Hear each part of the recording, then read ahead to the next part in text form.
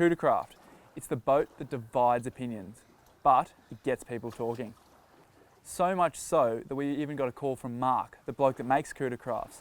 He said to us, "What right do you guys have to test our boats?" We didn't think much of it until we found out he was an expert marksman. Now, if anything happens to the captain's crew, come looking for us, probably somewhere in Malakuta. Now, the captain's quarters gets lots of emails every day.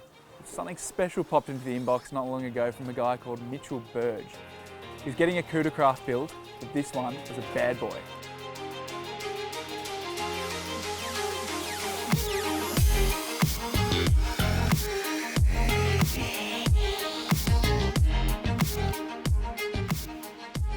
Now, this is an all-new model from Cootacraft, and it's an absolute ball terror on the water.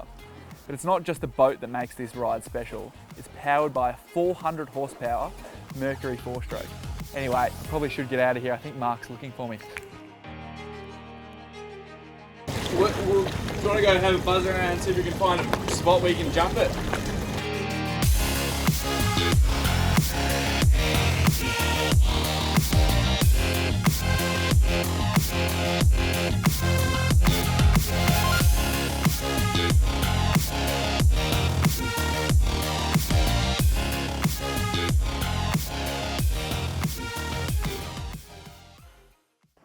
This is my new toy, 6.5 metre Cootacraft Bad Boy.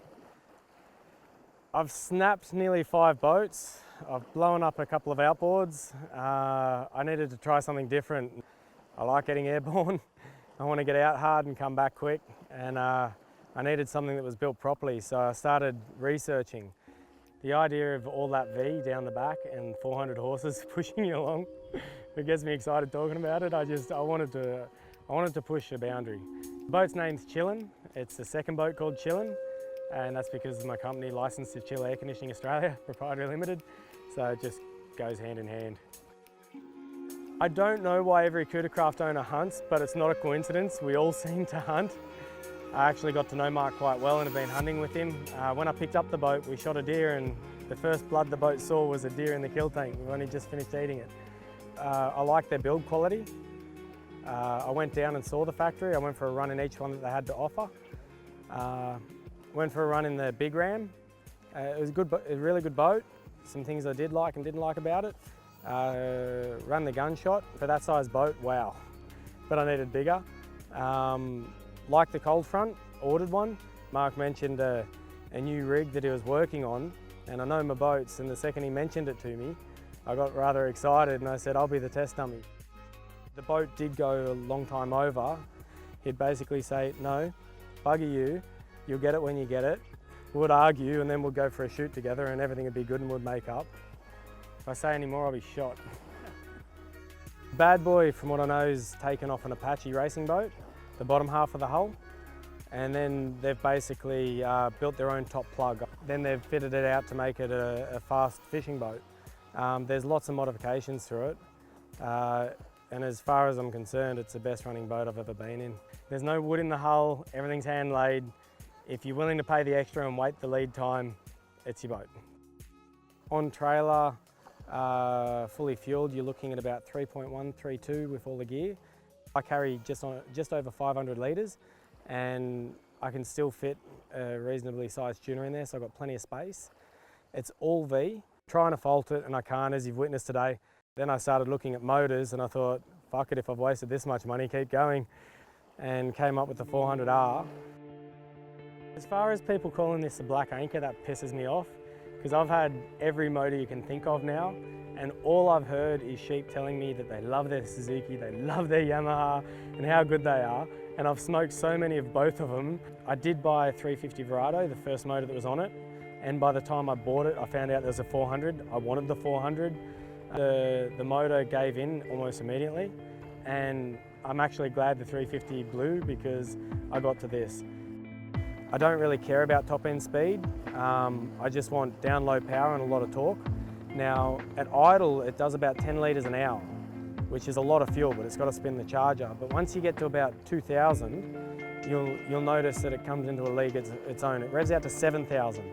So from 2,000 to about 4,500 fuel gauges, it's actually using very very little fuel, and as you saw today, we're running 3,500 RPM and holding between 19 to 23 knots into the swell. At that pace, I'm burning roughly between 24 to 28 litres an hour, depending on how we're driving into it. And that is less than what I was doing with my smaller boat. But then it goes the other way. Once you get above about 4,500 RPM all the way to 7, you hear the charger start to roar, that's when it gets exciting. But at flat out, you're doing somewhere around 146 litres an hour. Yet if I want to be a dickhead and drive it hard, I'm still, even though it's propped down low, I'm still bucking 52, 54 knots if I trim it up. So it's a no-brainer, I'm very happy. It's still more fuel efficient than my 140 Suzuki on my 560 Haynes. Really happy with the NSS12s. I measured the dash and it just fits 2 of them in perfectly. So then added that, the BSM2 module, 1 kilowatt transducer. I'm going to add another one for the deep water.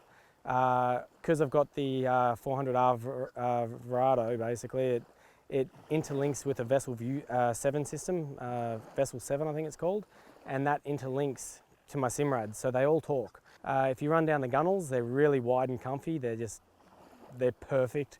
You wouldn't want them any wider. The bar crushers are sometimes this wide, they got it right. The gunnels down the side, you've got plenty of storage, so I've got plenty of, as you can already see, plenty of junk down there.